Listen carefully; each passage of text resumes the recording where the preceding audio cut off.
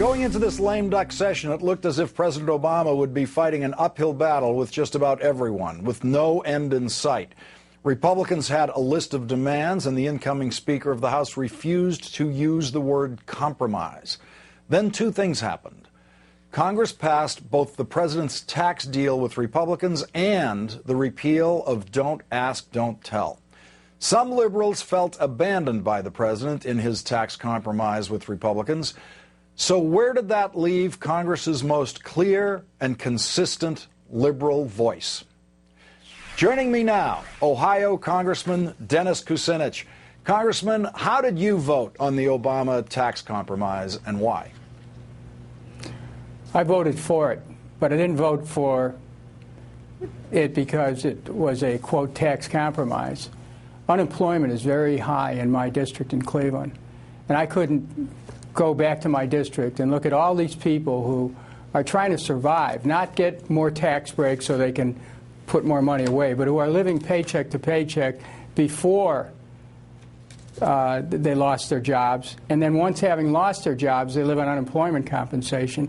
How can you tell people that, well, you know, the rich are getting richer with this deal, but, you know, we'll take care of your problem later on after we fight that battle? No, I had to vote to make sure that people who are struggling to survive have a means of surviving for the next year and more.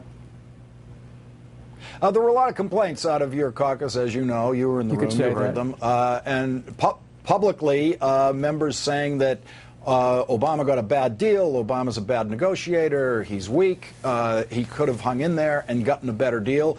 Do you see, in retrospect, a route to a better deal that you could have been led to a better deal either through congressional leadership or the president? I don't know. I have to tell you, since I wasn't part of those negotiations, it's tough for me to be able to give you an insider's view. I will tell you this, though, that there were so many moving pieces that were in this particular deal.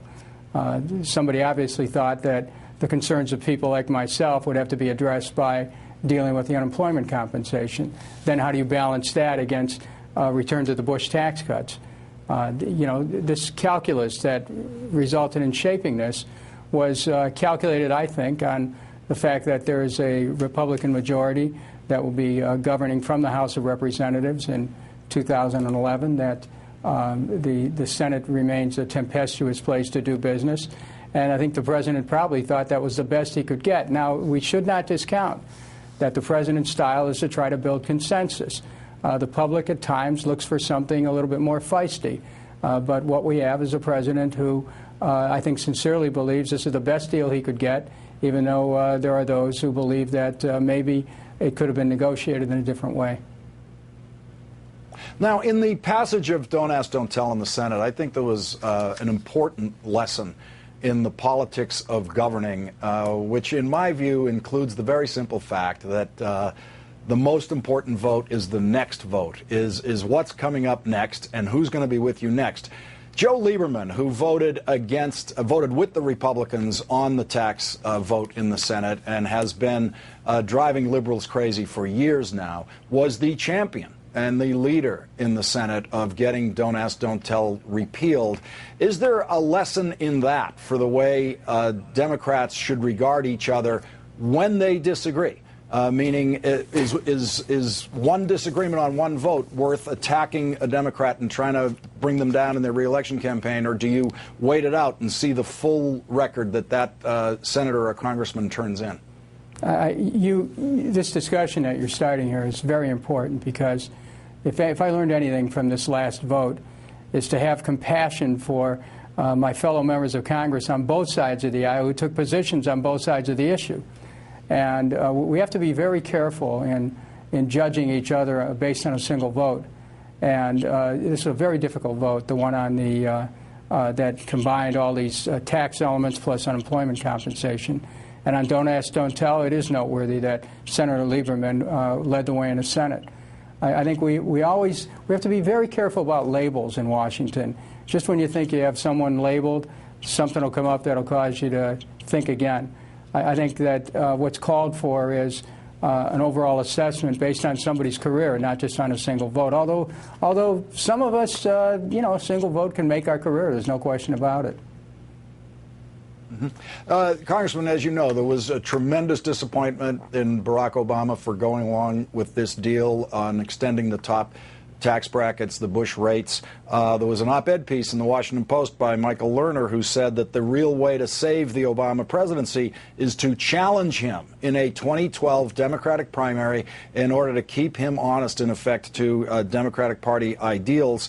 One of the candidates that this op-ed piece suggests as a possible primary challenger to Barack Obama is Dennis Kucinich. You've been in the last two Democratic presidential primary runs. Do you agree with this concept that the incumbent Democratic president should be challenged in a primary in order to get him closer to Democratic ideals, and is it something you would consider? Well, Rabbi Lerner is someone who ought to be respected for his insight. I'm not a candidate, nor will I be.